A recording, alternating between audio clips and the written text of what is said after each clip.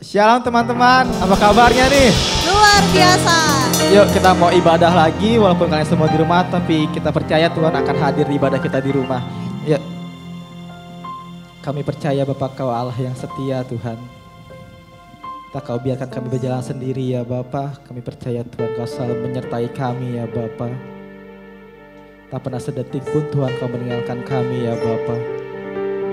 Karena Kau Allah yang setia Tuhan.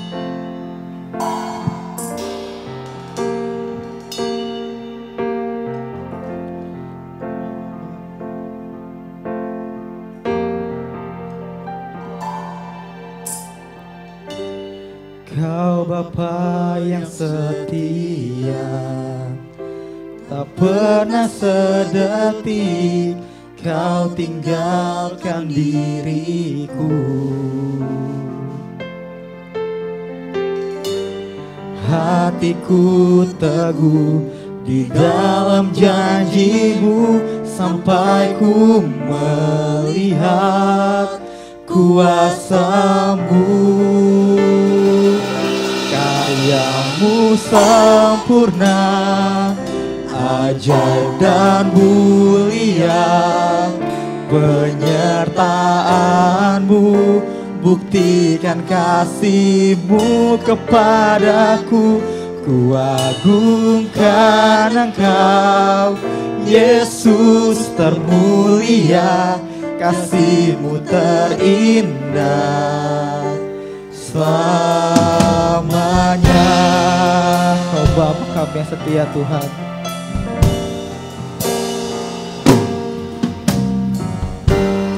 Kau Bapa yang setia, tak pernah sedetik Kau tinggalkan diriku. Hati kami teguh Tuhan, hatiku teguh di dalam janji-Mu sampai ku melihat kuasa-Mu. Karya-Mu sempurna, ajaib dan mulia. Penyertaan-Mu buktikan kasih-Mu kepadaku. Ku agungkan Engkau, Yesus termulia. Kasih-Mu terindah selamanya. Ku tetap berharap di dalam kesesakan. Ku tetap percaya walau tak melihat. Sebab ku yakin karya-Mu sempurna, ajaib dan mulia. Penyertaan-Mu buktikan kasih-Mu kepadaku. Ku agungkan Engkau, Yesus termulia. Kasih-Mu terindah, kasih-Mu terindah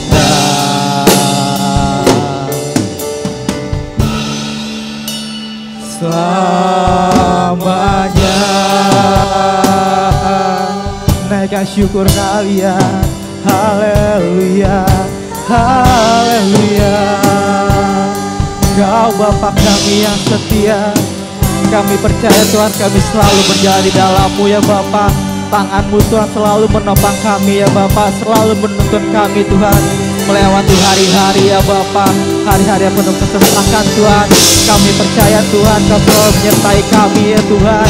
Oh, kami menyembah-Mu Bapa, kami mau meninggikan-Mu Yesus. Haleluya. Kami yakin Kau hadir di sini. Kami yakin Kau memberkati setiap kami. Haleluya, haleluya. Berlimpah segala pujian dan hormat dan juga syukur Bapa kami naikkan hanya kepadamu Tuhan. Hanya Kau yang layak kami sembah Bapa. Haleluya, haleluya.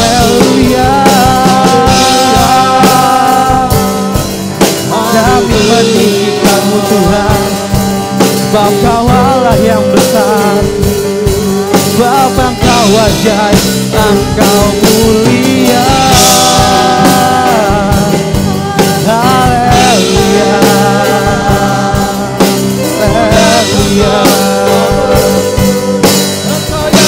Unto the Lord all the praises I sing, all the glory I give, for as long as I live.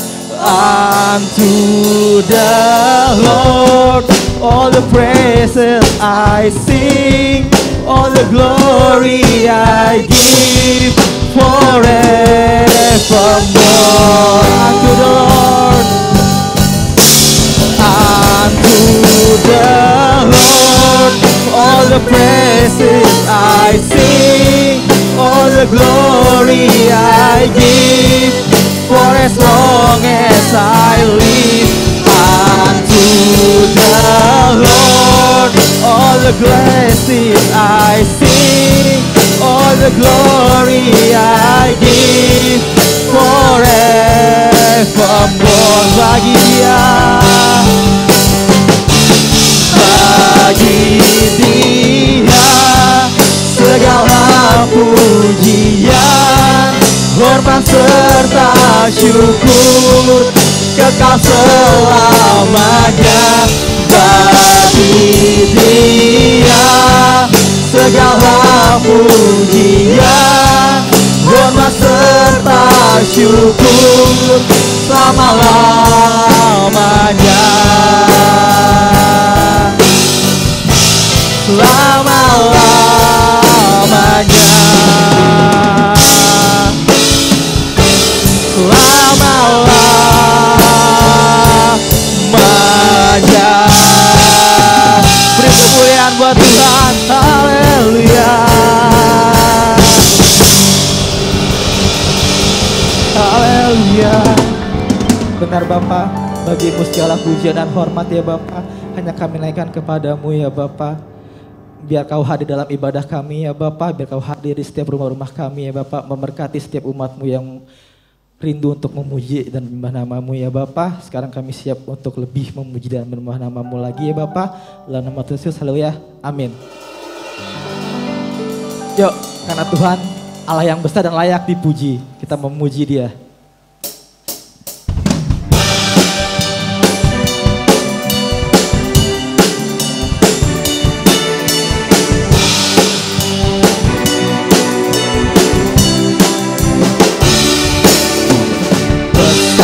Tuhan dan layak dipuji, besarlah namanya, kekallah kuasanya, aman berlindung dalam naungannya.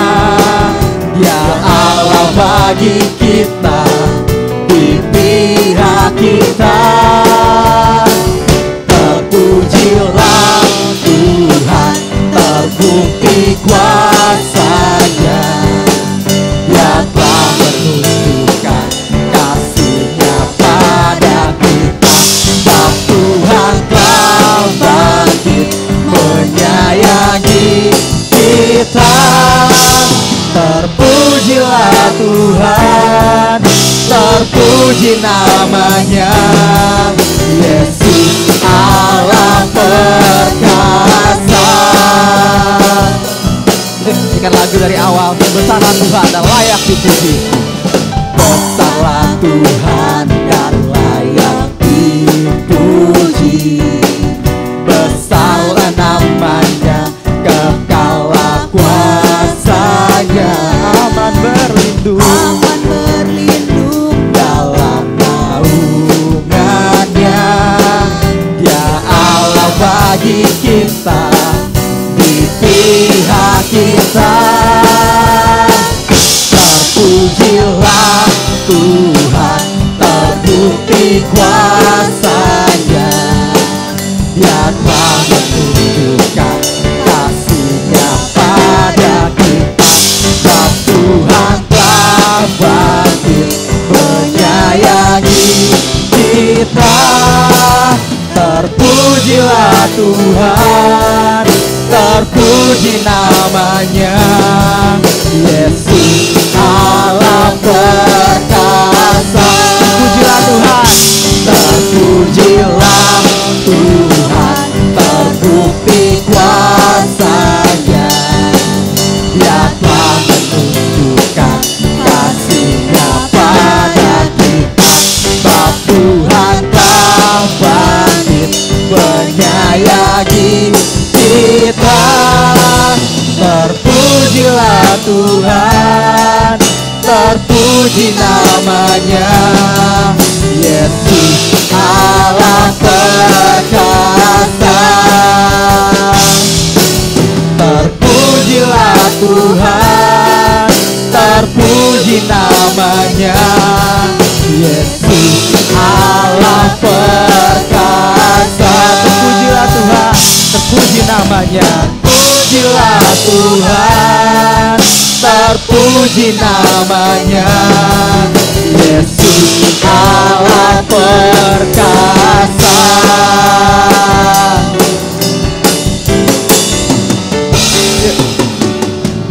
Beri kemuliaan buat Tuhan sekali lagi. Mari teman-teman sama-sama kita siapkan hati kita untuk mendengarkan kebenaran dari firman Tuhan. Mari kita sembah Tuhan, mari kita nyanyikan. Kami perlu Engkau Tuhan, kami perlu Engkau Tuhan dalam hidup kami Tuhan.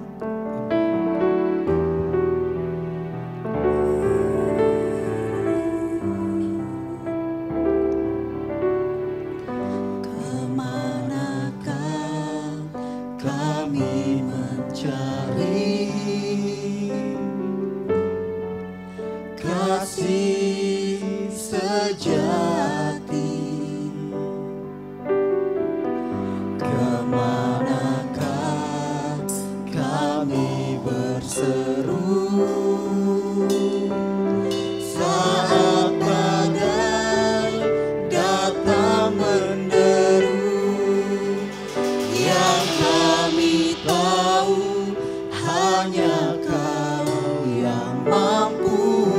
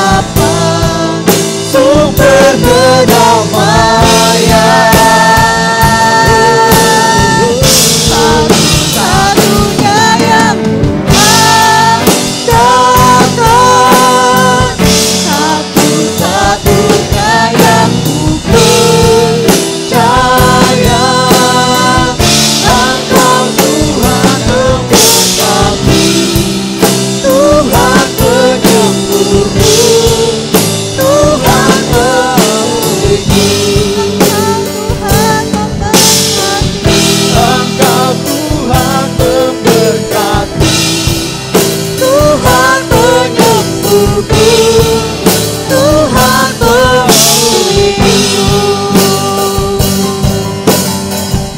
Engkau Tuhan memberkati, Tuhan penyembuhku, Tuhan pemulihku.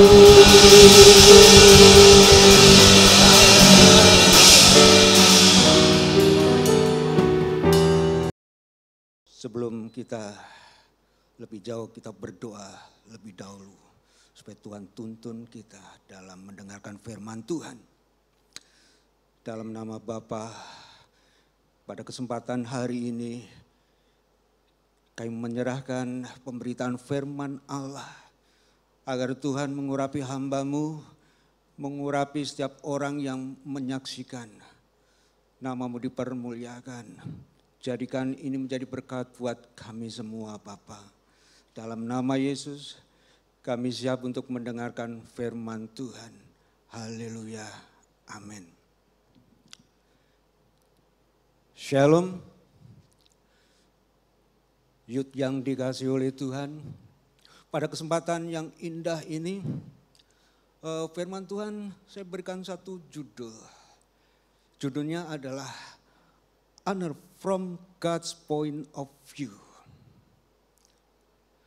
Kehormatan dari sudut pandang Allah. Kita akan baca bersama-sama Markus pasal yang ke-10 ayat yang ke-45. Karena Anak Manusia juga datang bukan untuk dilayani, melainkan untuk melayani dan untuk memberikan nyawanya menjadi tebusan bagi banyak orang. Di dalam ayat yang sebelumnya, ayat yang ke-37 dari pasal yang sama Injil Markus, dua orang murid Yesus yang bernama Yohanes dan Yakobus, anak-anak Zebedeus, mereka berkata kepada Yesus, "Perkenankanlah kami duduk di dalam kemuliaan-Mu kelak. Yang seorang di sebelah kanan, yang seorang di sebelah kiri." Mereka mengajukan suatu permintaan kepada Yesus agar mereka diberikan tempat yang spesial, tempat yang khusus, dan tempat yang istimewa. Ketika Yesus memerintah nanti, sebelah kanan Yesus dan sebelah kiri Yesus. Padahal sebelumnya Yesus memberitahukan kepada mereka bahwa Yesus akan mengalami penderitaan.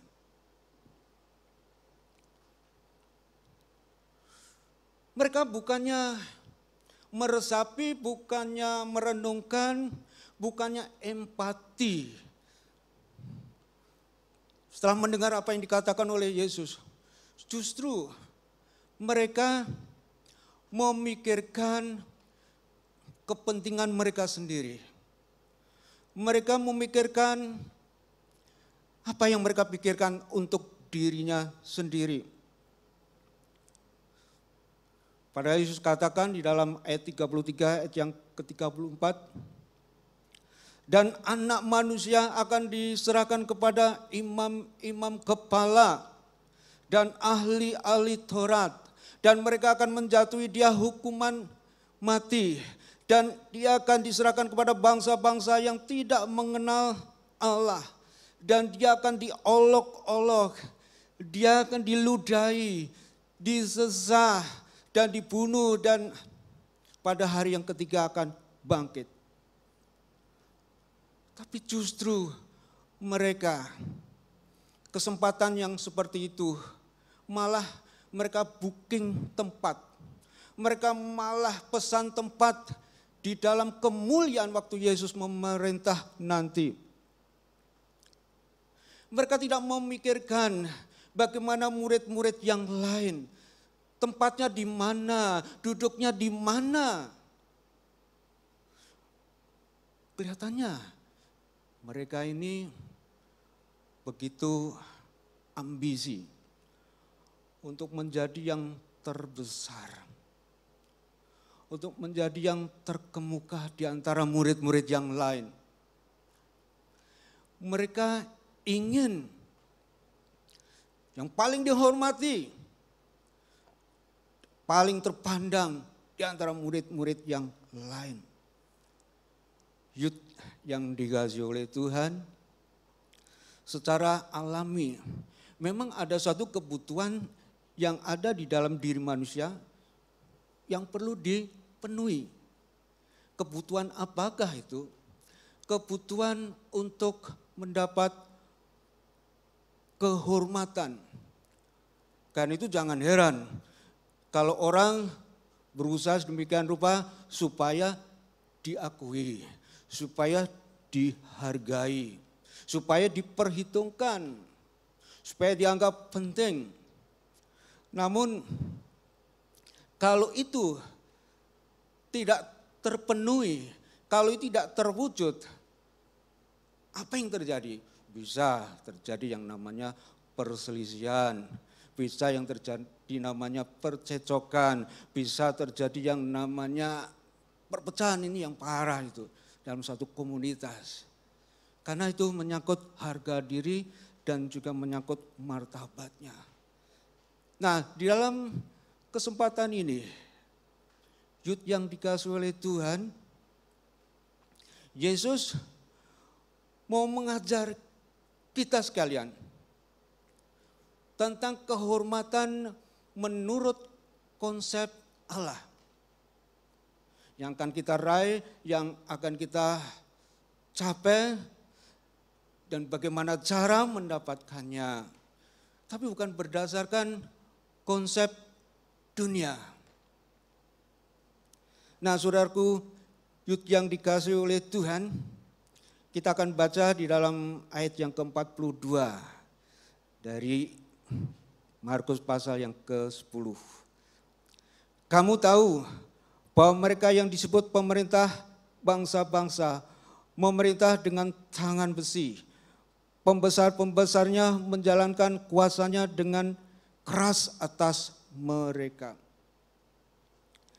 Kehormatan yang benar menurut Alkitab bukanlah diperoleh melalui kekuasaan, melalui jabatan, melalui keberhasilan, melalui prestasi, melalui kepandaian, melalui pengalaman, melalui materi, bahkan melalui kekerasan. Lantas apa? Kehormatan menurut Allah itu adalah sikap hati, attitude of heart, ya. Sikap hati untuk mau hidup benar di hadapan Allah dan mau melayani sesama manusia. Ini adalah kehormatan menurut konsep Allah.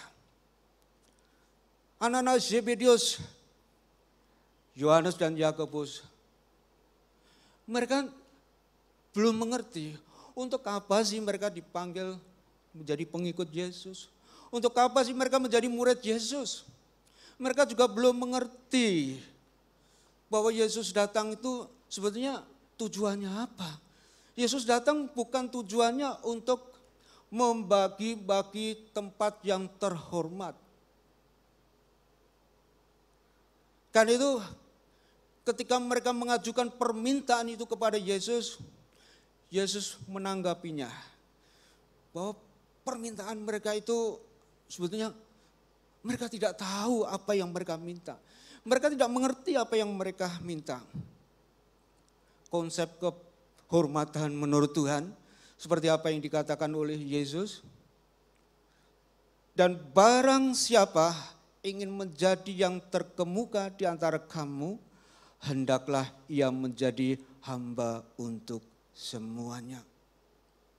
Youth yang dikasihi oleh Tuhan, Alkitab menyaksikan bahwa Yesus datang ke dalam dunia, lahir di kandang domba. Pernahkah kita berpikir, kenapa kok lahir di kandang domba? Kandang domba yang gelap, kandang domba yang bau, kandang domba yang sempit, kandang domba yang tidak layak. Mengapa kok enggak lahir di istana? Kenapa kok enggak lahir di keluarga bangsawan? Kenapa kok enggak lahir di lingkungan para pejabat? Tapi justru dia lahir di tempat yang tidak terhormat. Kita harus tahu bahwa Yesus datang bukan untuk dilayani, melainkan untuk melayani. Kalau dia lahir di istana, kan ada dayang-dayang, ada pelayan-pelayan, ada pegawai-pegawai istana.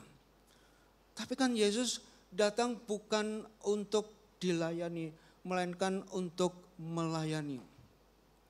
Di dalam Yohanes pasal 13 ayat yang kelima, Yesus membasuh kaki murid-muridnya. Bagi murid-muridnya, apa yang dilakukan oleh Yesus pada waktu itu adalah tren gaya baru.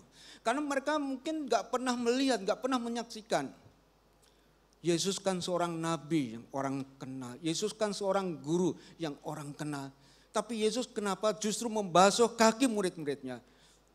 Sehingga salah seorang murid mereka terutama adalah Simon Petrus berkata kepada Yesus, "Jangan sekali-kali engkau membasuh kakiku, Tuhan."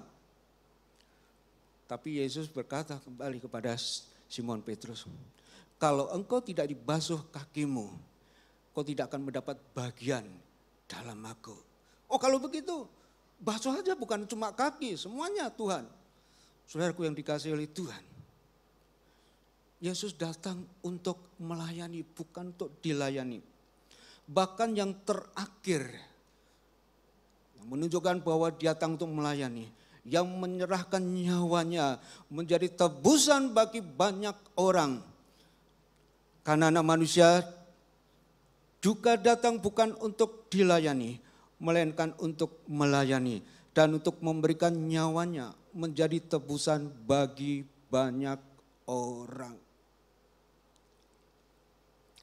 Anak manusia yaitu Yesus bukan datang untuk dilayani, melainkan untuk melayani.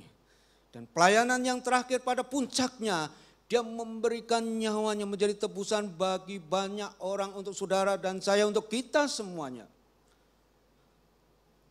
Nah sekarang satu pertanyaan. Who wants to be the greatest? Siapa yang ingin menjadi yang terbesar? Menurut Yesus, bukan menurut konsep dunia. Kalau menurut konsep dunia, yang terbesar itu adalah orang-orang yang dilayani. Tapi kalau menurut Yesus, orang yang terbesar adalah mereka yang melayani. Siapa yang mendapat kehormatan secara pantas? Merekalah yang melayani. Youth yang dikasihi oleh Tuhan, kehormatan menurut konsep Tuhan, orang-orang yang mau melayani sesama manusia dengan rendah hati, tulus, dan dilandasi kasih. Di dalam Tuhan tidak ada sikap seperti bos. Di dalam Tuhan tidak ada sikap seperti Tuhan. Dan yang ada adalah sikap rendah hati yang mau melayani dan mengasihi sesama manusia. Tanpa membeda-bedakan siapa yang dilayani dan mau menerima keberadaan orang lain yang dilayani apa adanya, unconditional, tanpa syarat. Youth yang dikasihi Tuhan, mari kita bersama-sama dalam kesempatan hari ini kita renungkan firman Tuhan yang begitu singkat yang kita dengar ini. Adakah kita yang telah mendengar dan menyaksikan firman Tuhan yang ditayangkan melalui YouTube ini, ada kerinduan untuk mendapatkan kehormatan, tapi menurut konsep Tuhan. Sekarang kita ubah mindset kita. Kita bukan mencoba untuk dilayani, bukan coba untuk diperhatikan oleh orang lain, tapi kita ganti, kita ubah konsep kita. Kita mau memperhatikan orang lain. Fokusnya adalah orang lain, bukan diri kita. Karena kita adalah pelayan. Kita dapat contoh dari teladan Yesus. Kalau Yesus sebagai guru kita sudah memberikan contoh seperti itu. Kita sebagai murid-murid tentunya kita juga akan mengikuti teladan yang diberikan oleh Yesus. Mari siapa yang punya kerinduan seperti itu, sudah berdoa masing-masing. Biar Tuhan melawat, Tuhan menjamah kita semuanya. Kita akan bersama-sama berdoa untuk mengakhiri firman Tuhan pada kesempatan hari ini. Bapa di sorga, Bapa yang baik. Kami bersyukur jika pada saat ini kami sudah mendengarkan, kami sudah menerima apa yang Kau sampaikan, apa yang Kau katakan bagi semuanya. Biarlah Roh Kudus bekerja, Roh Kudus melawat kami semua, Roh Kudus akan mengubah sikap hati, sikap yang tidak sesuai dengan cara pandang Tuhan. Biarlah hidup kami boleh menjadi berkat bagi orang lain. Inilah kami semua Tuhan. Kami menyerahkan hidup kami. Tuhan, Kau pakai kami menjadi alat-Mu yang heran. Supaya nama-Mu ditinggikan, supaya nama-Mu dipermuliakan. Dalam nama Yesus kami sudah berdoa dan kami mengucap syukur. Amin.